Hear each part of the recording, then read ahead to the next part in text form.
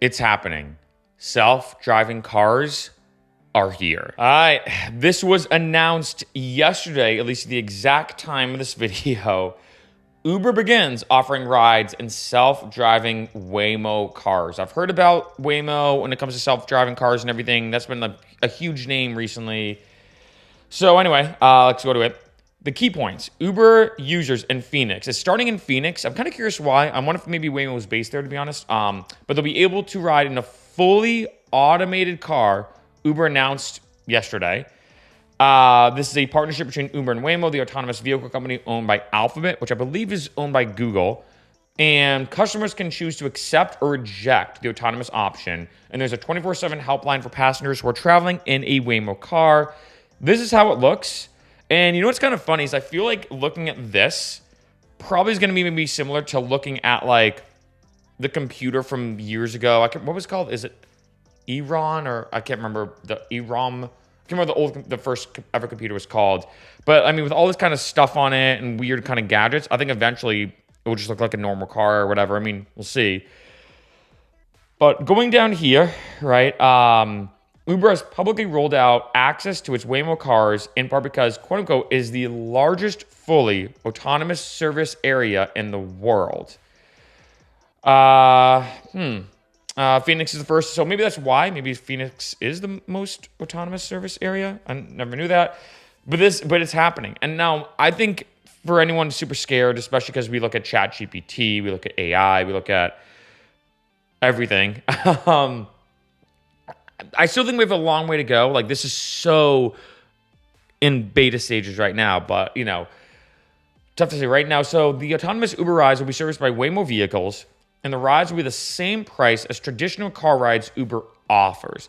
That I am kind of curious about as why they're the same price. I mean, maybe they're just not, this is my guess, maybe they're just not trying to make it super, what's the word?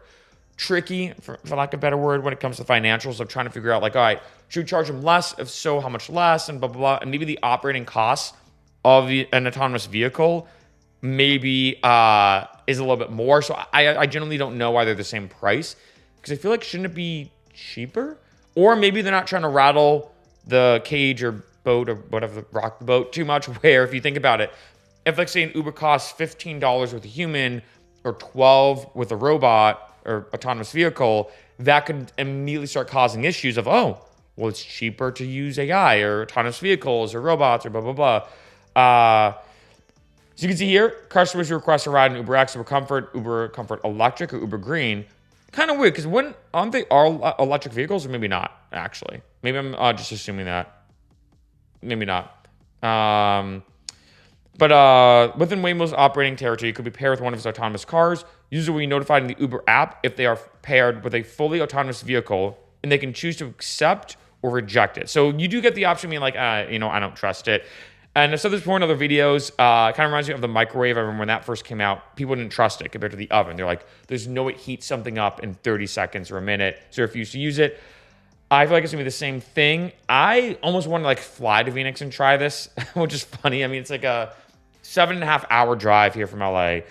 People are eager to try the autonomous rides and also increase the chance of being matched with one if they update their preferences in the app. So there's also a 24/7 customer helpline for passengers who are traveling in a Waymo car. Uber declined to share how many Waymo cars are being serviced in Phoenix or when it plans to roll out the feature in other cities. So, yeah, I mean, I don't know. I'm going to be honest when it comes to this. I know the term like self-driving car or whatever, when it comes to a lot of rideshare drivers, gets them a bit worried if they love driving and everything. I still think we're a bit ways away. I mean, that could be famous last words, right? If you look at the exponential growth of ChatGPT and AI right now, it is pretty ridiculous. And if you look at like Boston Dynamics with their robots, it is pretty wild how quickly things are moving. Self-driving cars, though, I feel like is a massive leap because you're not only talking about something where you're in a vehicle that you could get hurt, but also you could hurt other people as well, right? I mean, Teslas, I think, have kind of pioneered and gotten a lot better at self-driving technology and everything, especially with their AI and whatnot. But I mean, when you look at like a full self-driving car, where from when it seems like, because I remember back in the day, there was some self-driving cars they tested out that didn't work. I can't remember the name of the company, but there's all these self-driving cars that I think they actually had to have another human in them, like as opposed to you get in the car and there's nobody in it. I remember they had to have someone sitting in it, almost in like the driver's seat, ironically, just kind of sitting there and just kind of, I guess, twiddling their thumbs and watching it, making sure everything was okay. They did not mention it when it comes to this. So maybe it is very possible that there's nobody in the car with you, or maybe they will still do that. I'm not sure how Uber's going to do that exactly. They didn't really mention it in this article, but it's happening, right? Starting in Phoenix, which I think is very interesting place to start it. Like I said, I almost want to like fly to Phoenix just to like do this, just to see like, oh, like what is it like being in a self-driving vehicle, out of curiosity. I don't know. I mean, like I said, when it comes to all this kind of stuff with AI, I still think we're a bit of like ways away because one, I mean, they still have to pioneer this technology, make it better. Two, just the overall technology itself cost money, right? And so, of course, having more and more cars being out there. The third thing, of course, I think is the public perception, right? You're talking about all these people being scared to use it. It's one thing to be like, hey, ChatGPT, can you make me, I don't know, give me a recipe for a really good omelet, or asking ChatGPT to write you a story similar to Cinderella, right? Where the risk is kind of low. This is a massive risk. If something goes wrong, people could easily, it could be fatal, right? It could, if you're talking about tons of fatality issues, you could talk about injury issues and so on and so forth. So the public perception, I think for a lot of people, if you said to I think a lot of people on the street, like, hey, would you trust a self-driving car if you went in it, there was no one in it, no humans in it except you, and it brought you from point A to point B, would you trust it? I think most people would probably say no. I mean, even for me, I'd like to be very technology forward, and I'm very curious about technology, although I will say, like I said in other videos, I'm aggressively against AI. It was Elon Musk who said, whether you like AI or not, the big thing is we will not control them. So it could be very similar to the way we look at dogs and puppies, that they're beneath us in a sense, but we love them, we think they're cute. Or we could look at them, or AI could look at us as cockroaches, right? Tough to say either way, right? And bring it back to this, I think with the public perception, that's going to have, I think, a long time to change. I mean, even for me, like I said, being a forward technology person, I know if I got into a Waymo, I would trust it, I feel like, but I'd also still be a little bit on edge. There'd still be a little bit of me, like when driving, where I wouldn't feel comfortable, like say, as opposed to a regular Uber or Lyft, going down to my phone and like looking at Instagram or something. I would definitely be like sitting there. Obviously, I'd probably film a video about it for YouTube because that'd be a great YouTube video. But I'd definitely be there and be like, all right, this is cool. But yeah, I'd be a little bit like on edge, just kind of maybe curious, or like how quick or slow does it stop?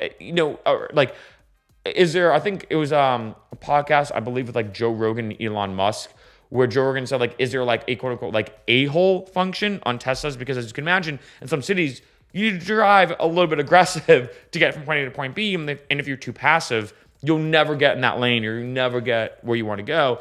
And so I'm one of those features like that, where the car can get more aggressive and knows how to kind of maneuver its way in, right? I mean, there's so many different factors determine this. And I think lastly, this is just one city. For this to spread to major cities and all this kind of stuff, I still think if I had to guess, we're still at least, again, speculation, I still think we're at least like 5 or 10 years away from self-driving cars starting to be a bit of an issue. Because like I said, it did not go well last time. I still think we have a long way to go for this to affect a lot of the people watching this video. I mean, another thing too, and I've said this before in other videos, could be very debated, but I think there is something unique as well about the socialness of a Lyft and Uber, right? Now, for some people, and we all know this when it comes to driving, they get in the Uber, they look at their phone, and that's it.